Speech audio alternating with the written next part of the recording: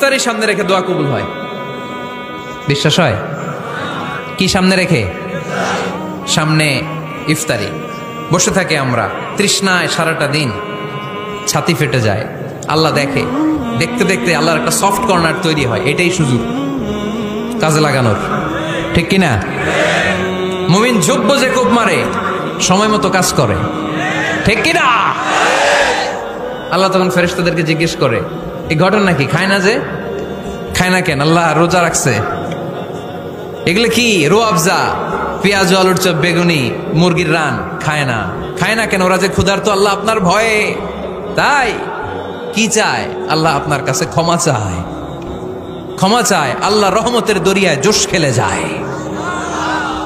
আল্লাহ তখন বলে, আমারে দেখছে নাকি ওরা? ফেরেশতারা বলে, না দেখে নাই। আমার জান্নাত জাহান্নাম দেখেছে? না দেখে নাই। আমারে না দেখে, জান্নাত জাহান্নাম না দেখে আমার এত ভয়।